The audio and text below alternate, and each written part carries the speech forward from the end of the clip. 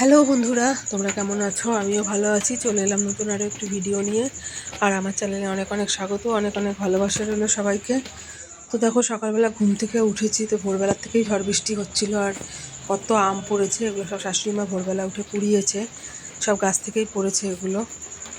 আর এখনও টিপ টিপ করে পড়েই চলেছে বৃষ্টি, কখন কমবে জানি না। আকাশে তো খুব মেঘ রয়েছে। তো সব কাজ বাজ তো এদিকে করে নিয়েছি আমি, সেগুলো তোমাদের সঙ্গে শেয়ার করিনি। এখনও আকাশে মেঘ রয়েছে দেখো। তো এদিকে সব পরিষ্কার টরিষ্কার করে নিচ্ছি, অনেক নোংরা পড়েছিল উঠোনে। ঘর দুয়ারও পরিষ্কার করা হয়ে গেছে। আর এখন চা খাবো, তারপরে গিয়ে টিফিন বানাবো, দেখি কি বানাই। তো এখানে দিয়ে গেছে শাশুড়ি মা চা, তো ওটাকে একটু গরম করে নেবো। আর ঠান্ডা হয়ে গেছে, অনেকক্ষণই দিয়ে গেছিলো। তো দেখো, সকালবেলা আজকে আর রুটি তরকারি করবো না, আজকে একটু চাউমিন করবো। অনেক দিন ধরে রয়েছে রাখা, আর ইচ্ছা করছে না রুটি আবার তরকারি দুরকমই করতে হবে, তাই ভাবলাম চাউমিনটাই করি। তো এদিকে চাউমিনটা সেদ্ধ করবো বলে জল গরম বসিয়ে দিয়েছি এদিকে। আর এদিকে ওটা চাউমিনটা সেদ্ধ বসিয়ে দিয়ে, আর এদিকে পাশের ছোট্ট একটা কড়াইতে একটু ডালিয়া বসিয়েছি। আমার চাউমিন খেতে ইচ্ছা করছে না বলে আমি একটু ডালিয়া খাবো। একটু আলু সিদ্ধ দিয়ে দিয়েছি ওর মধ্যে, বেশ ভালো লাগে খেতে। আর এখানে বাড়ির সকলের জন্য চাউমিন করব। তো চাউমিনটা সেদ্ধ হয়ে গেছে, জল ঝরাতে রেখে দিয়েছি এদিকে ঝুড়িতে ঢেলে। আর এদিকে পেঁয়াজটা ডিমটা ভাজা করে নিই, তারপরে ওদিকে চাউমিনটা করবো। পাশের ডালিয়াটা হয়েই এসছে, ওটাও নামাবো। তোমাদের কার কার ভালো লাগে এরকম সেদ্ধ ভাতের মতন করে ডালিয়া খেতে? বেশ খুব ভালো লাগে আমার ঝাল ঝাল করে মেখে খেতে। তো যাই হোক, করে নিই এগুলো, তারপরে সবাইকে খেতে দিতে হবে। বেলাও হয়ে গেছে অনেক।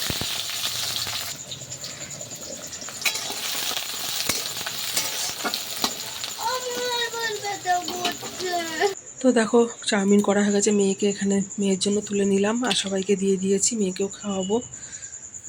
তো ওইদিকে টিফিন করে নিয়ে দুপুরের যা রান্না করবো, সব সবজি কেটে নিয়েছি। এখানে ডাটা দিয়ে সব রকম সবজি দিয়ে একটা নিরামিষ তরকারি করব, আর উচ্ছে আলুটা ভাজা করব। ভেবেছিলাম শুক্তো করবো, তা শুক্তো করবো না, ভাজা করবো। এদিকে ডিমটা তরকারি করব। তো এদিকে সবজিগুলো ধোয়া হয়নি তখন, সবজিগুলো এদিকে ধুয়ে পরিষ্কার করে নিই, তারপরে রান্না বসাবো।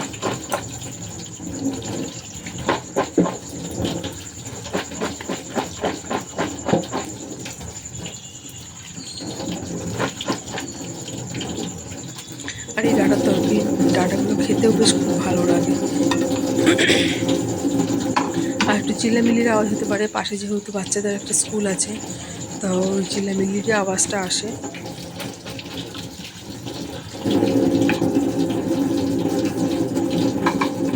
তো দেখো, সবজিগুলো তো সবই ধোয়া হয়ে গেছে। আর ওদিকে ডিমটা সেদ্ধ বসানো হয়নি, তো দেখি পরে বসিয়ে দেবো। তা আগে সবজিগুলো করে নিতে ভাবলাম, ডিমটা আজকে সেদ্ধ করে করব না, সেদ্ধ বসাতে গিয়েও বসাইনি। ভালো লাগছে না সেদ্ধ করে করতে গেলে। ডিমের অমলেট করে পাতলা করেই ঝোল করব, বেশ ভালো লাগে ওটা খেতে। রোজ দিন তো সেদ্ধ করেই করি, তা ভাবলাম আজকে আর সেদ্ধ করে করব না, ডিমের অমলেট করেই ঝোল করব। বেলাও হয়ে গেছে অনেকটা, শুয়েছিলাম খানিকক্ষণ সকালে টিফিনটা করে। সব এখন প্রায় 12টা মতন বাজে, তাহলে না, শুয়ে থাকলে বেলা হয়ে যাবে, করে নিই। আর এটার মধ্যে তেলটা ঢেলে ঢেলে কাজ করি, তাই দেখলাম ওর মধ্যে শেষ হয়ে গেছে।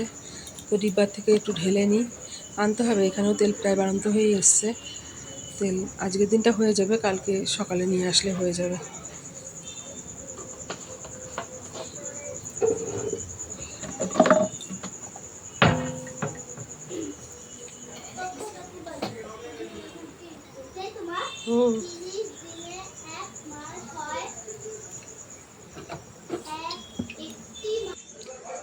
তো দেখো, রান্নাবান্না তো সব হয়ে গেছে, সেগুলো আর কিছুই শেয়ার করা হয়নি। তো এদিকে ভাত রয়েছে, আর মেয়ের জন্য একটা ডিম ভাজা তুলে রেখেছি। আর এই যে ডিমের অমলেট করে একটু আলু দিয়ে তরকারি করেছি। আর রয়েছে তার সাথে পাঁচমিশালি সবজি, ডাটা দিয়ে নিরামিষ করেছি, একটু জিরের গুঁড়ো দিয়েছি সামান্য। আর রয়েছে তার সঙ্গে উচ্ছে আলু ভাজা। আর এরকম করে উচ্ছে আলু ভাজাটা খেতে আমার বেশ ভালো লাগে। আর নাহলে উচ্ছে আলু চচ্চড়ি, সব রকম দিয়ে আমার অত ভালো লাগে না সবসময়। তো এই করেছি। আর এবারে কাজবাজগুলোও সব সারা হয়ে গেছে। তো চলো খাওয়া দাওয়া সেরে নিই এবারে। হ্যালো বন্ধুরা, তো তো সকাল থেকে ভিডিও কোনোরকম করেছি, তোমাদের সামনে সেভাবে আর আসা হয়নি। দুপুরবেলা কী রান্নাবান্না করেছি সেগুলো সব দেখিয়েছি। তো ভাবলাম সারাদিন দুপুরবেলা খাওয়া দাওয়া করে শুয়েছিলাম। মেয়ে ওদিকে পড়তে চলে গেছে, ওর বাবাও কাজে গেছে। আমি একটু উঠে সন্ধেপাতিটা দিলাম। এখন সন্ধ্যেবাতি দেওয়া হয়ে গেছে, এখন তো তোমাদের সঙ্গে কথা বলে নিই, তারপরে পরে কাজ বাজ সেরকম আছে, অল্প কিছু বাসন আছে সেগুলো পরে ধোবো, এখন আর ধোবো না।